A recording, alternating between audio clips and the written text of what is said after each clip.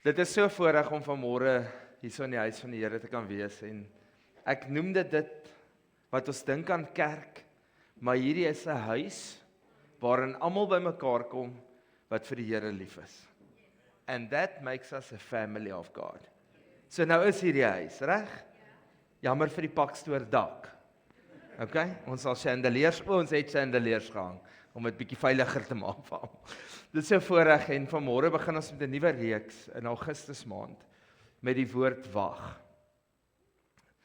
Nou baie van u sal aanhoudend sê, ek hoor nie die stem van die Here nie. Is ek reg? Jy mag maar net knik. En hoe meer ek luister, hoe meer besef ek, julle hoor die stem van die Here, maar julle weet nie of dit die Here was nie. So jy het iets in jou hart beleef, jy het iets in jou gees beleef, maar omdat dit nie in vervulling kom nie, dan dink jy miskien het ek verkeerd gehoor. Omdat dit nie in vervulling kom soos jy dit geanticipeer het nie, dan dink jy die Here het dalk jou gelos, of dit was nooit 'n woord van die Here af nie. Want jy sien, om te sê dat ons ken nie die stem van die Here nie, beteken jy is nie 'n skaap van die herder nie. So ek wil jou bemoedig vandag en sê, dat al dink jy ken nie die stem van die herder nie, as jy 'n kind van God geword het, ken jy daai stem. Nou ek weet party van julle het in die gesin iets wat julle doen in 'n winkelsentrum, waar iemand se sagte fluitjie gee, of 'n woordjie sê, en dan hardloop daai kinders soos 'n klomp hoenders na 'n hok toe. Is ek reg? As jou ouers jou roep uit 'n groot saal vol mense, en hulle gebruik jou volle name, sien? Jy weet, soveel te meer, as 'n kind uit 400 kinders uit sê mamma, dan weet jy, dis jy. Is ek reg? So waar kom ons aan die leen, dat ons nie God se stem ken nie? Ek gaan gou vir jou verder vat. Ons dink baie keer, die Heilige Gees moet eers in ons kom woon, sodat ons kan onderskei wat reg en verkeerd is. God het ons gemaak as sy kinders, om te weet van die begin af, al het ons hom nog nie aangeneem nie, presies wat's reg en verkeerd. Ek gaan dit bewys. Alles wat ons kategoriseer as sonde, het jy die eerste keer skelm gedoen. Is ek reg? Het jy al gesien as iemand se kinder, hoe verander hulle lyf? Hulle praat sagter, beweeg effens nader, en observeer. Is ek reg? Die eerste keer wat jy gerook het, if you know, you know, nooit so met vrymoedigheid nie, binne in die hand. Jy het 'n risiko gevat. Daai koeltjie het hier warm gemaak. Kom julle weet, ek klomp kerkmense. So van die begin af, ken jy God se stem? Wanneer hy met jou praat en jy ervaar iets, hoekom vertrou jy dit nie? Die eerste rede is, want die vyand kom, en hy kom pik daai saad op, wat God in jou lewe saai. Sodat wanneer jy weer wil teruggaan soontoe, dan het jy oorgegee aan die vyand, en die vyand het die woord gevat. En jy kan nie eers meer onthou wat hy gesê het nie. Of, die wagperiode het jou laat voel, dit was nie 'n woord van God af nie. Wanneer jy vir jouself die vraag vra, was dit nie van myself af nie, dan loop jy klaar die risiko om jou woord te verloor in jou wagperiode.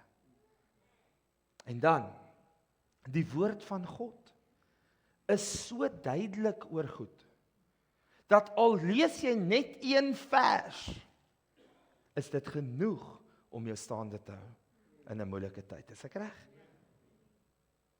Hoekom lees ons dit, maar dit gaan nie in nie? Want hier is 'n voeltjie wat vlieg, en hy pik daai saad op, nog voordat dit in jou hart kan leef of groei. So in Augustus maand gaan ons oor hierdie periode praat. En as ek hier voor julle staan, I've been waiting, and I am still waiting for a word from the Lord that came in my life to fulfill. This beautiful church and all the people sitting here is not the only word that came to fulfillment. My involvement in Africa is not the only word that came to fulfillment. To have a beautiful wife and 2 girls is not the only word that came to fulfillment. There's still a lot of seed laying around. And the word says, I am responsible to remind God of the promises that He gave me. Daar's niemand soos 'n tiener wat kan onthou as jy hulle iets beloof het nie. Jy kan in 'n sentrum wees waar daar nie moontlik so 'n winkel is nie.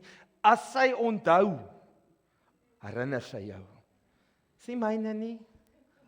Myne hou nie van shop nie. Sy's hier vanmôre, ek's op risiko. En jy het gehoor as sy die mic vat, is ons almal in risiko. So the waiting period is the most frustrating period of our Christian lives. Om te weet wat die Here kan doen en om te wag dat hy dit doen. Jo. Ag help my, is daar nog iemand? Okay, ek gaan weer vra. En jy moet jou hand opsteek.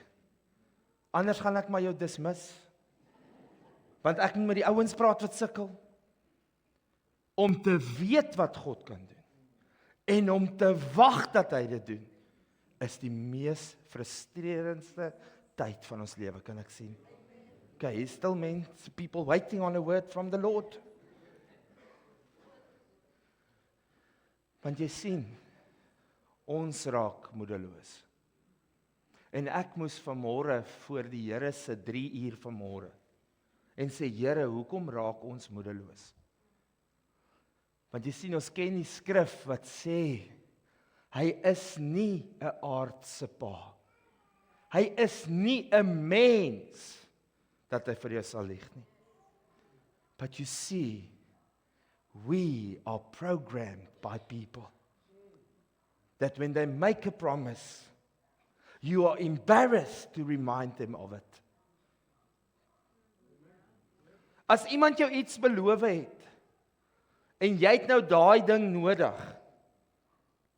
As jy ordentlik groot gemaak is, het jy 50 keer die boodskap getik en nooit gestuur nie. Luister, jy het mos gesê, net ons ouers, daar vra ons maklik. Maar wanneer jy daai boodskap moet stuur, hoekom voel ons embarrassed if somebody made a promise? Because you are scared that they have changed their minds.